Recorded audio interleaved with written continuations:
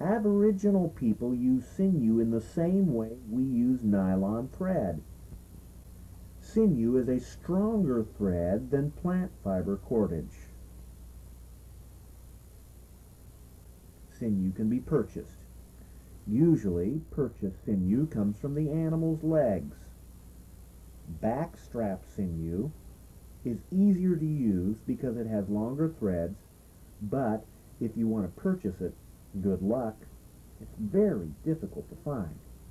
However, the backstrap sinew that Brian will use in this video was purchased from a trader at a black powder rendezvous, so it can be done if one is lucky. Leg sinew is easily found in traditional archery supply catalogs or in classified ads in traditional archery magazines. Of course, if you're a successful hunter or have friends who are successful hunters, then you can get your own sinew. Sinew comes from 10 locations on the animal, the front and back of each leg from the knee and hock to the hoof. That's 8 locations. And then there are 2 more on the back, laying on top of the backstrap meat on each side of the backbone. When you slice the skin open on a deer leg, you want to be careful not to cut into the back of the leg, which is where the tendon runs along. So you want to slice down the side of it, all the way down the bone, and then peel the skin back.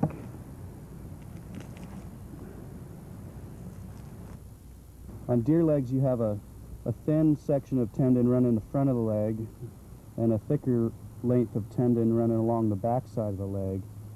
And what I'll usually do is just get my knife underneath there and then cut along up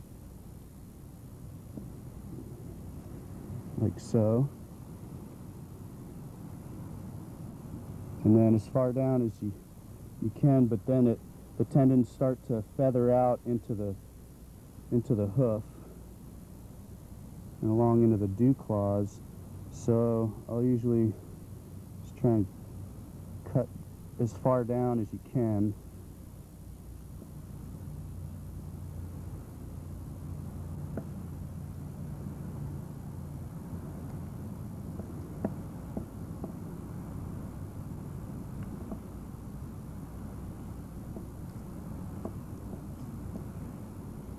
And there you have your tendon.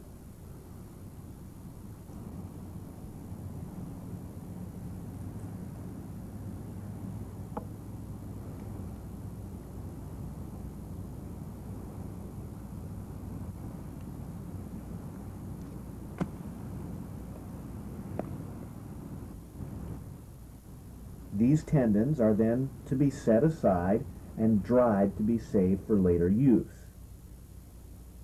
Be sure to dry and store them in a place that protects them from dogs. What we're talking about is a treat for any dog and a lot of hard work that can be lost very quickly.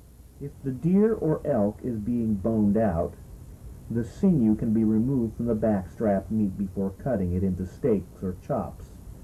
I prefer to move the sinew after the deer is skinned and is being hung to cool before being cut up. Start by cutting down the edge of the backbone. Peel or separate the layer of meat and fat back out of the way,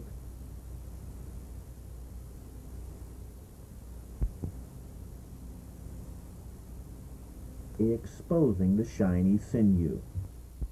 Then use a dull knife or a stick whittled to a thin knife-like shape. Slip it in between the sinew and the backstrap meat.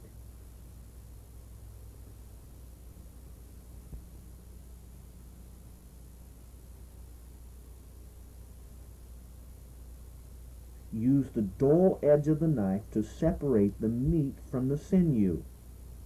Work down towards the shoulder until the entire piece has been cleaned as best as you possibly can.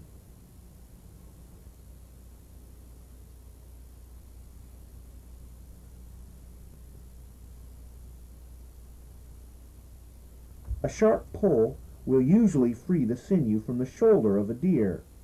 If it's an elk, you'll probably need to cut it free with a knife. The sinew at the rump needs to be cut loose, and any bits of meat should be removed before it is dried for later use. In order to use dried leg sinew, it first must be separated from the sheath. To do this, break the sheath down by twisting, bending, and lightly pounding.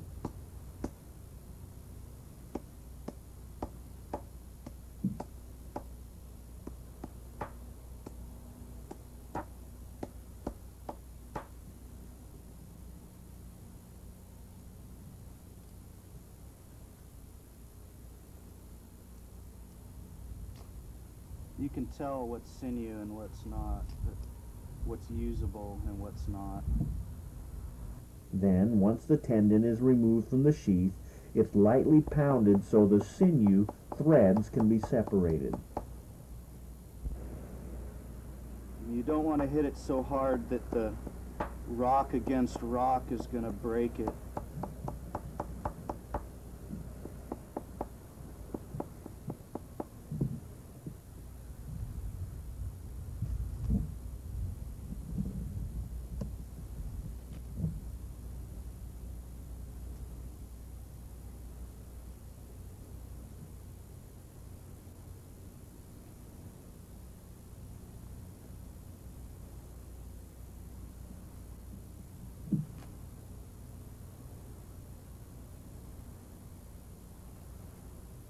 And you can separate however fine of threads you want for whatever purpose you're using it for. Save the tendon sheath and scraps for the glue pot.